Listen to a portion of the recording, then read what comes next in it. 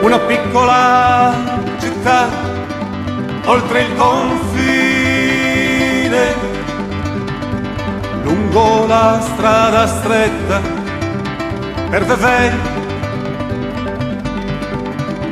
tra case tutte in fila, tutte uguali, un mondo che neanche il tempo sfiora mai. Una casa un po' diversa, un po' più scura, dove i ricordi uccidono il futuro, dove ogni porta è spalancata alla paura,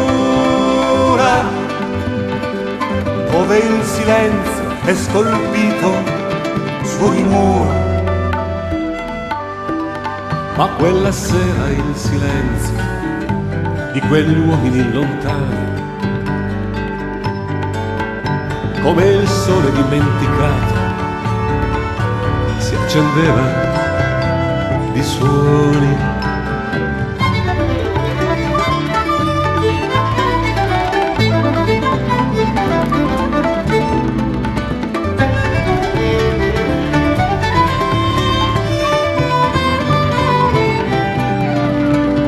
Tra quelle vite sole e derubate, scandite dal rumore dei cantieri, tra quelle facce sorridenti e disperate, quella di Angelo dai grandi occhi neri, e con quegli occhi luccicanti oltre il mare ci guardava, mentre il concerto a poco, come la notte, se ne andava.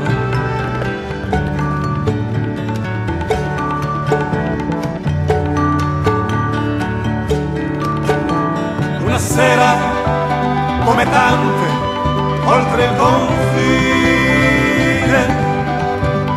una sera come fanno i musicanti, con gli strumenti a raccontar la vita, senza il tempo di capire chi anda avanti. Ma quella sera il nostro canto morì nei suoi occhi,